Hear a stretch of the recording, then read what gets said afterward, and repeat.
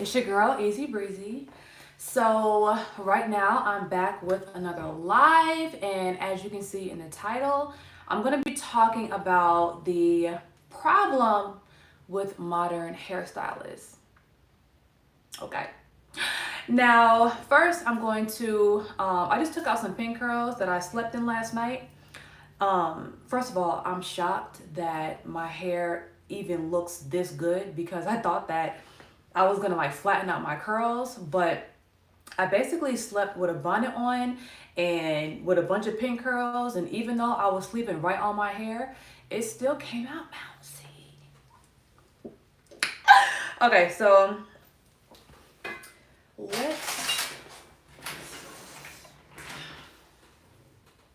okay, so I want to kind of comb these out a little bit, but not all the way. Whoa, what's this?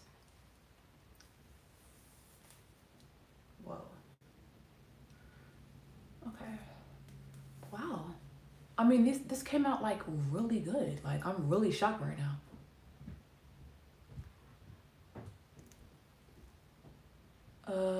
Okay, my baby hair is a little messed up right there.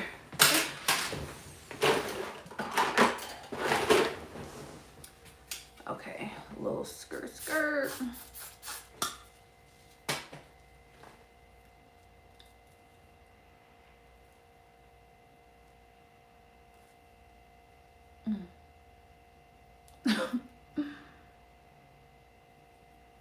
Hey you guys, if you're coming into the live, make sure you like this video if y'all want me to go live more often.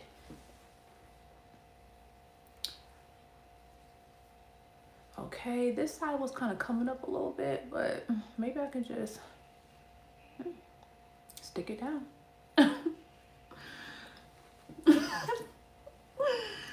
All right, let's see what this side looking like.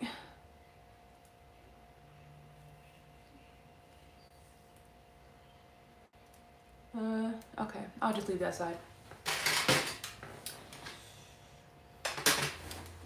All right, so I'm gonna comb these out a little bit, not too much, cause I don't want it to like lose its soul and its, oh my God, did I mess it up? Oh my God. Y'all, oh my gosh. Okay.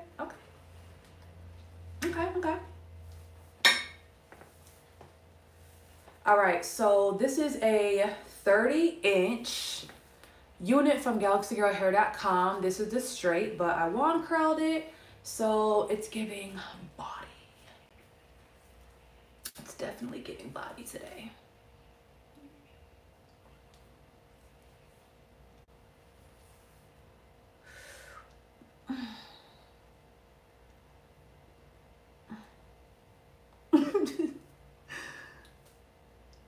Oh my gosh. I'm like, I keep like almost messing it up. Okay.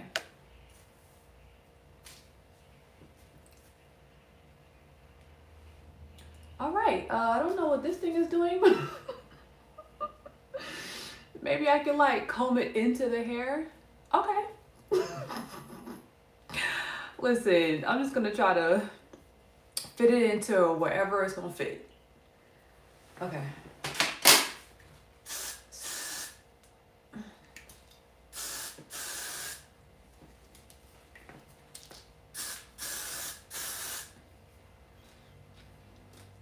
Okay, so I have my pink hot comb from GalaxyGirlHair.com as well.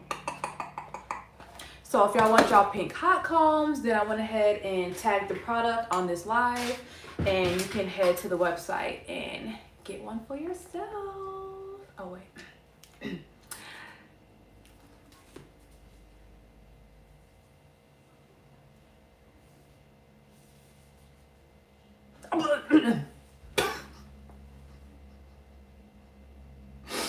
Oh my God. Y'all.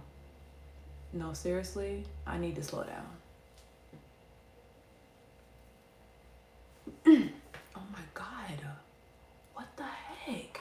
Yo, have y'all ever like tried to like hot comb your hair and this part burnt you? Like, this thing is like so out of place, but it's so needed at the same time.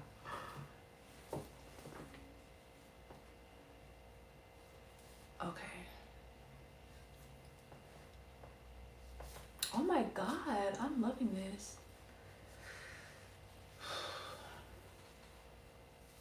Okay. So let's get into the topic for today, which is the problem with modern day hairstylists. Okay. So, number one, the thing that is the main quote unquote problem, right? Which is what hairstylists are charging. Now, I understand before you were able to go to the salon, 15, 20 years ago, and get yourself a nice little wash, silk press, get yourself a trim, get a wrap, and you might have spent all of $80. If you got a relaxer, you might have spent 120, 150. But now you can't even sit in a stylist chair without dropping 300. But the reason for that is no one is getting silk presses anymore. No one is getting relaxers anymore. Everyone wants that relaxed 30-inch bust down. Okay? So the fact that getting your hair done costs so much more nowadays, it only makes sense because the girlies want more. The girlies are upgrading, they're leveling up, and rightfully so, our pockets are leveling up as well. I mean, we weren't getting wigs in high school. Well, I wasn't. I was getting sew-ins, but I wasn't getting wigs. I wasn't getting 30 inches in high school. Like, the longest hair that I ever worn in high school was a 22-inch Milky Way. It was 2 packs of hair, and I sewed it in myself. Okay, I left some of my hair out, and I wore that for prom. And that hairstyle was probably like $80, because the packs of hair was probably like $40 a piece. So getting your hair done costs more because the girlies want more. All right. Now, the problem is a lot of people go online and they look for the most top-notch hairstylist and the best hairstylist in their city, and they're shocked when they go to their booking website and they see that they charge $300 or $400 for an install. Sis, you're looking in the wrong place. Like, you're looking in the wrong place. You're not supposed to be looking for the best hairstylist in your city if you are, only wanting to spend $200. You got to go to a hairstylist that is, maybe more local, maybe one that's working out of her house, just a stylist that is not that much, So don't get mad just because you went to the hottest hairstylist in your city's booking website and she charges $300 or $400 for an install. You're looking in the wrong place. All right. Now, also, like, you can also find good stylists that work out their house, because I was one of those stylists. Like, before I actually went into a salon, I was charging $80 for an install. And my clients used to always say, girl, you don't charge enough. You need to charge more. You could charge so much more. So you might find really, really good hairstylists that just haven't made that step to get their license, or may not feel like they deserve to charge as much, or maybe their clientele doesn't reflect higher prices or whatever. Maybe they're just trying to build their clientele. Like, the reason why I was charging $80 for $150 work is because I was trying to build my clientele. So you can still find those hairstylists, but you gotta look. Once again, don't go to the hairstylist with 100,000 followers and think that you're not gonna spend at least $300 just to sit in her chair. All right. So yes, I understand that hair costs a lot more, but we're not getting roller sets anymore. Like, let's be real. We're not getting roller sets anymore. We're not getting perms. We're not getting presses. Like, we're not, come on now. Like, let's be realistic. We're not getting that stuff no more. So the value of hair is going up because girls need to pay for the time and pay for the products, you know? So another problem with modern day hairstylists is the fact that hairstylists they seem to lack integrity, right? And the customer service is horrible.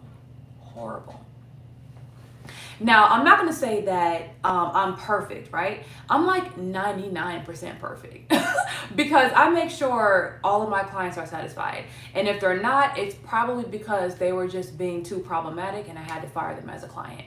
But I definitely do agree with y'all when y'all say that hairstylists lack integrity and they have absolute no customer service skills.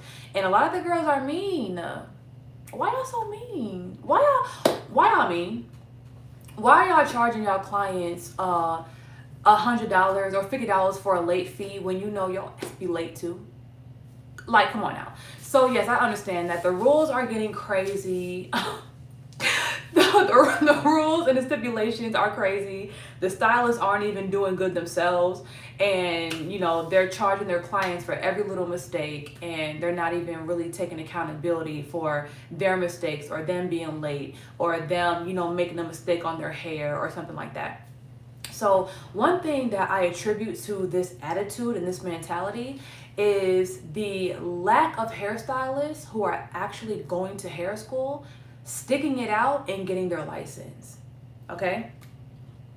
The reason why I say that is because back in the day, you had to go through years of hair school to even service clients, right? If you didn't go to hair school, then you were in jeopardy of being caught by state board, and most likely a salon wouldn't hire you because they don't want to get fined, right? So in hair school, right, the way hair school builds integrity into stylists is it gives you the salon experience before you go out on your own. So when you're in hair school, you work, first you do like maybe like a year of book work, right? And then you do like a year or two or however long it takes you to graduate. It took me 3 years. So then for the next, you know, duration, however long you're in hair school, you're in a salon environment. So you're, you know, learning how to deal with the hustle and bustle of a busy salon day. You're learning how to deal with complaints. You're learning how to work under pressure. You're learning how to work under a time constraint. You know, you're just learning, you know, how to build resilience, how to build customer service, and how to build, you know, tough skin. But a lot of hairstylists are not going through hair school, right? So, okay, another thing. With hair school, even if like you experience a client that is problematic or that's like complaining like crazy and that's making you uncomfortable, you can just easily say, okay, I'm just gonna go get my instructor and y'all can handle this yourself. There has been a few times where I had to just hand it over to my instructor because this is beyond me. Okay, this is beyond me. So so that gave me like a layer of protection and a layer of support coming into the hair industry. When you just dive headfirst in the hair industry without going to hair school, without that support, without that community, and you know, without leaning on an instructor, then you tend to take things a little more personal. You tend to take basically everything personal. And every time a client gets angry at you, it's like it shocks the stylist. And she's like, oh my gosh, she's angry at me. But instead of wanting to service the client and make it right, she decides to get defensive and get angry back. Or she decides to get defensive and block the client or refuse to do her hair or refuse to fix her mistake or whatever, you know? So Shannon said, "You look beautiful. Thank you." And I see Nappy Girl TV. Is Nappy Girl TV, right? I see you, girl. I see you, girl. So I definitely have some day ones in this live. And make sure y'all like and share. So, so yeah, stylists, because they haven't went through hair school and because they don't know what it's like to deal with customer service, they take everything personal. Like nothing in business is personal. Nothing. If you're getting angry at your clients just because they're unsatisfied with the service or they're angry at you, you need to build tougher skin. You know, like this is the hair industry. This is a service industry. Somebody gonna be mad. Somebody gonna be mad. Okay? It don't matter what industry you work in. You can be in the food industry. You can be in whatever. Somebody gonna get mad at you. So, you know, stylists are definitely getting angry with their clients and they're taking things too personal, you know? I see something that I want to fix real quick. It's the stylist in me.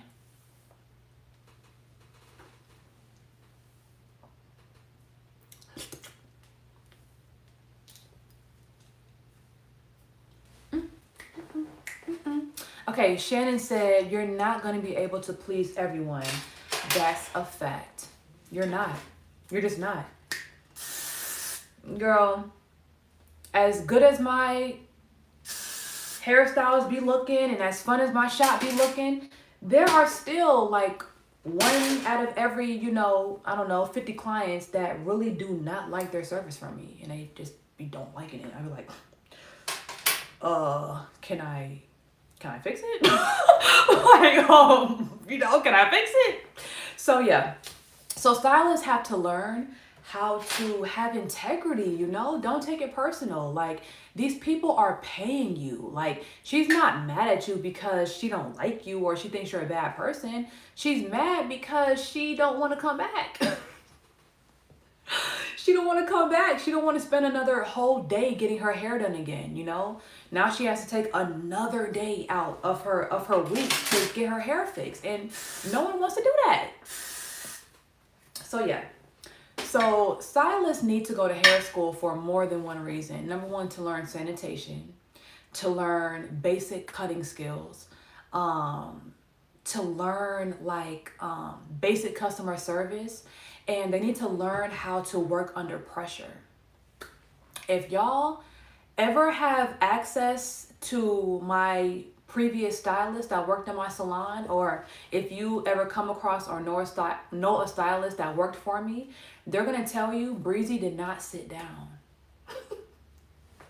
Breezie does not sit down. Breezie does not take food breaks. Breezie does not take bathroom breaks. Breezie works too dang hard. That's like instilled in me. Like when I have clients in my salon, I'm literally moving until the day's done. I'm having a smile on my face, you know, whatever it is I need to do to keep the morale up in the salon. If I need to put the TV on, if I need to play music, you know, whatever I need to do to keep the morale up in the room, and make it less painful to sit around for hours, you know, I did it. I'm not going to say that I never let my hairstylist sit down, because I mean, if they asked me, you know, I would have. But the default mode in my brain is work until everyone is done.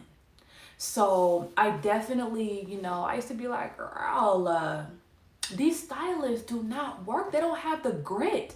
They don't have the grind. Like, who wants to just leave the shop for 10 minutes every hour to go talk on your phone or smoke a blunt? Like, I feel like that is the most ghetto, laziest, I don't know. I don't want to judge, but that is so lazy to me. That's just lazy. So yeah, another problem with modern hairstylists is the fact that the girlies don't want to wash, honey. The girlies don't want to wash. They're over it. It takes too much time. The service isn't enough.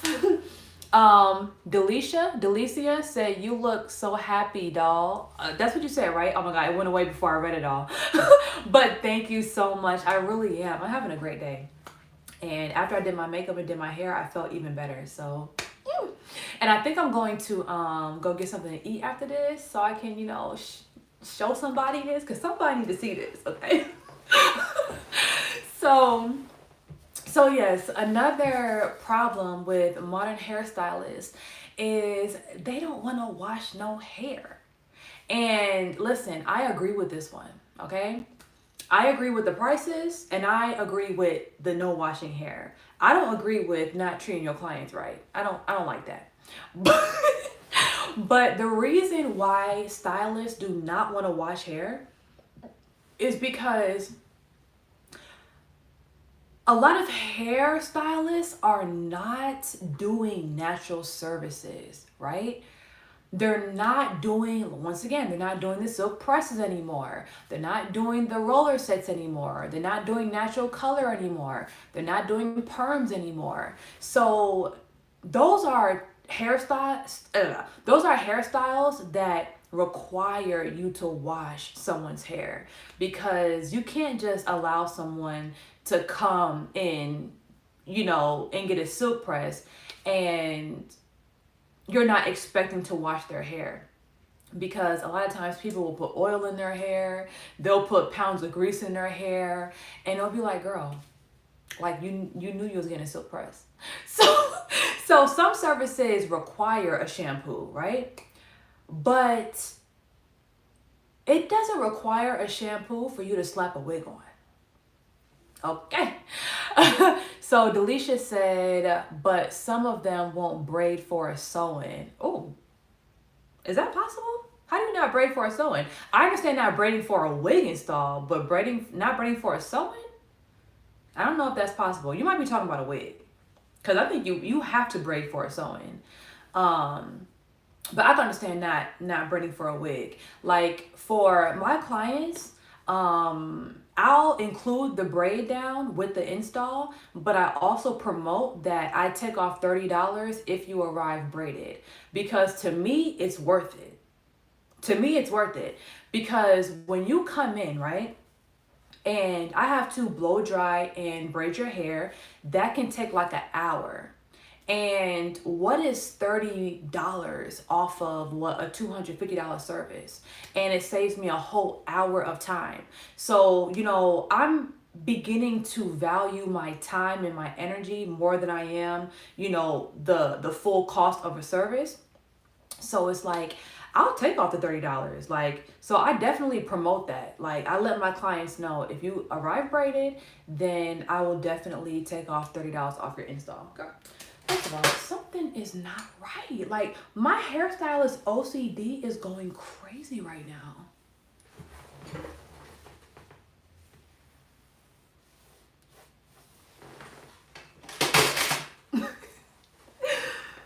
You know what? This is probably the result of me sleeping on my pin curls, honestly.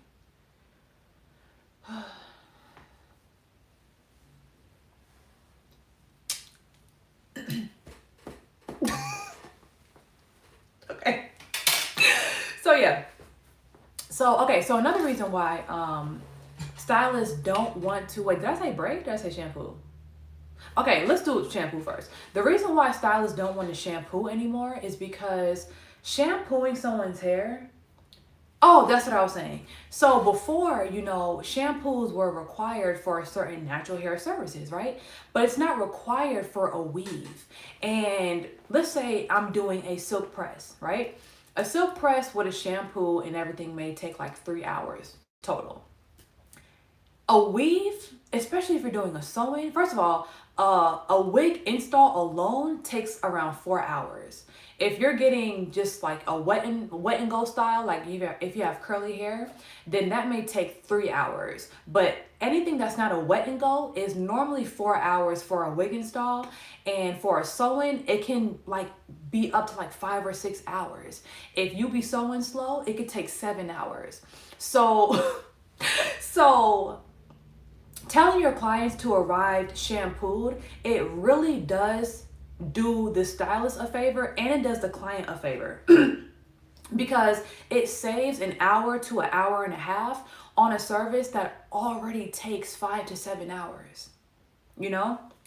So like I said, so if a person is coming in paying, let's say she pays $250 for an install, right? Like a partial wig install.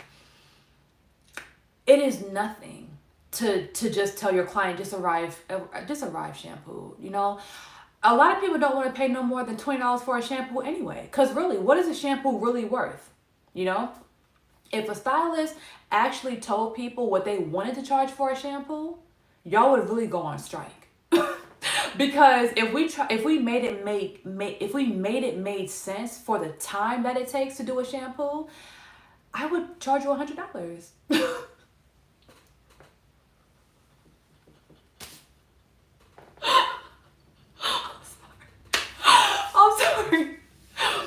I'm sorry, but for real though, to add another hour and 30 minutes on top of the service, I would have to charge you at least like $75 for that, or it's not worth it, you know? So I would rather my clients just come shampoo, you know, come blow dried, and I may, you know, blow dry your hair a little bit straighter if I have to, and I'll just, you know, start your braids.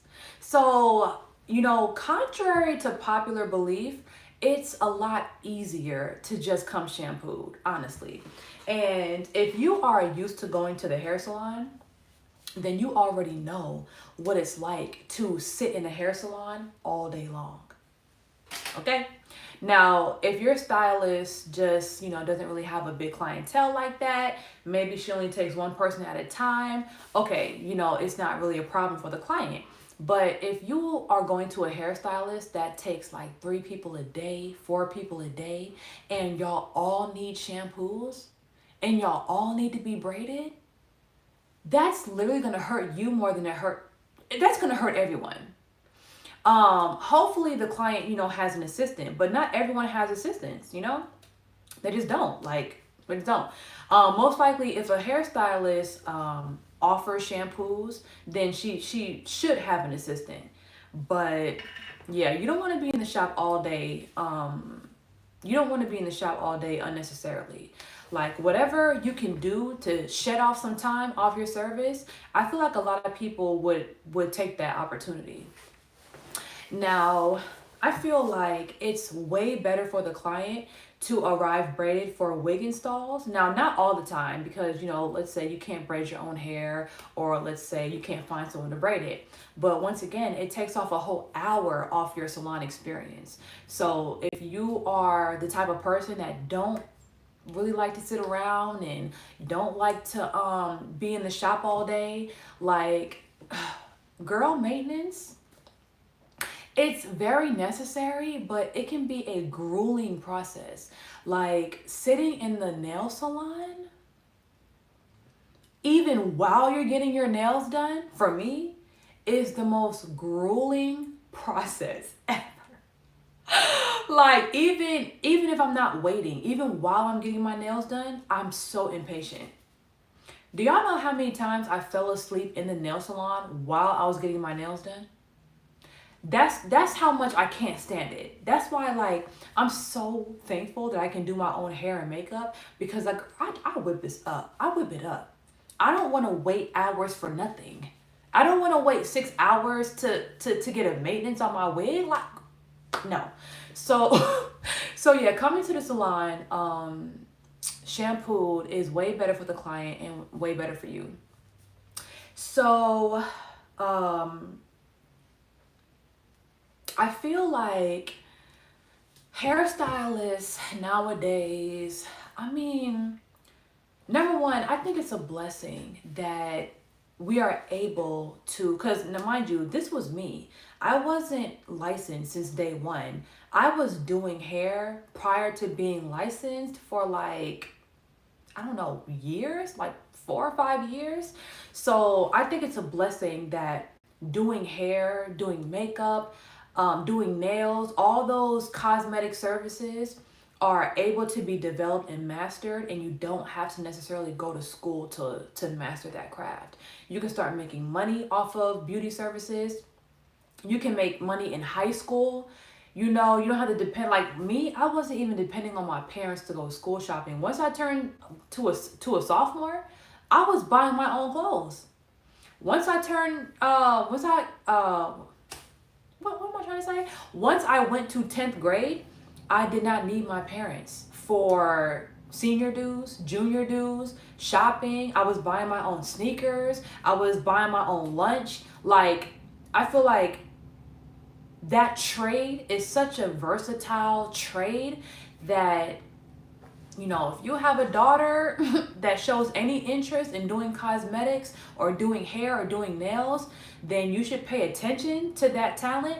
And I feel like it's a good idea to nurture it, because once you have that skill, you can always go back and you can't get fired, Doing hair really did. I mean, it was like the most valuable trade. I mean, obviously y'all know because I've been doing hair forever, but it's the most valuable trade. I it truly blessed my life. I walked away from doing hair for 5 years, from like 2018 to 2022 or something. And I was able to jump back into doing hair and make a living for myself. So, I mean, really, developing any trade is a good idea. You don't want to depend on anyone else to feed you. You don't want to depend on anyone to pay your bills. You want to at least have the power to make money or know how to, you want to know how to make money when you need money. Even when I was working with the sponsors, right? So the 5 years that I wasn't doing hair, I really just wasn't taking appointments from the public. I was only doing content for sponsors. Now, that was great money and all, but my value to sponsors depends on my views on YouTube. And my views on YouTube are dependent on the trends. So when I first started doing wigs, that was in an era where I was one of the only hairstylists doing the type of tutorials that I was doing on YouTube, like showing people how to customize the wig, showing people how to apply the wig. Like, I was really like showing my whole process. So that gave my channel leverage. And that's where, like, the years between like 2018 and 19, when I was pushing out like hair videos every single day, that is the time where my channel grew the most. It was like 100,000 subscribers in 1 year. Like, it was crazy, but that's because that was the trend, right? So now that girls really know how to do their hair now, you don't really need to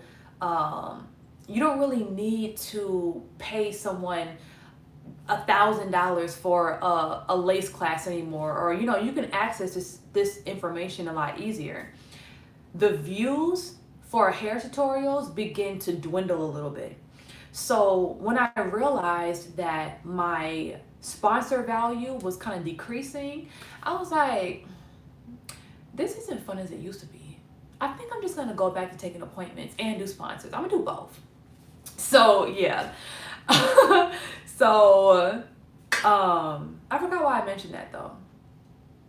Oh, it's having a trade. So the blessing out of all that was I was able to go back to taking appointments. Even though I had to build my clientele back up again, I still had the talent and I still had the platform. So it came in handy. And I still had all my clients' numbers in my phone. So I was hitting them up, girl. Hey, I'm back. I'm back, girl. So yeah, that's a blessing. So if first of all, period, if you have any interest in doing skincare, lip injections is really popular now, hair, lashes, nails, makeup, brows, microblading, mink lashes. If you have any interest in learning these services, I suggest you do, because it is a trade that will always feed you. It will always add value to you as long as you're promoting it and as long as you're, like trying to build your build your word of mouth. So yes, so let me know, guys. Let me know if you have any other complaints for these modern day hairstylists. Let me know if there's something that we need to fix, if there's something that we need to tighten up. Because I understand that this industry, it can't necessarily be regulated. So everyone that does hair doesn't have a license. And that's just the fact. Everyone that does hair doesn't have a license. And sometimes you just have to either trust your stylist or do some hardcore research on their work to make sure it's actually their work. And you just gotta, okay? So thank you guys for tuning in to this live. I'm probably going to shut this one down and do another topic. So make sure y'all stay tuned for my next live. And if you're not subscribed to my channel already, make sure you go ahead and do that. Turn on your notifications, and I'll see y'all later.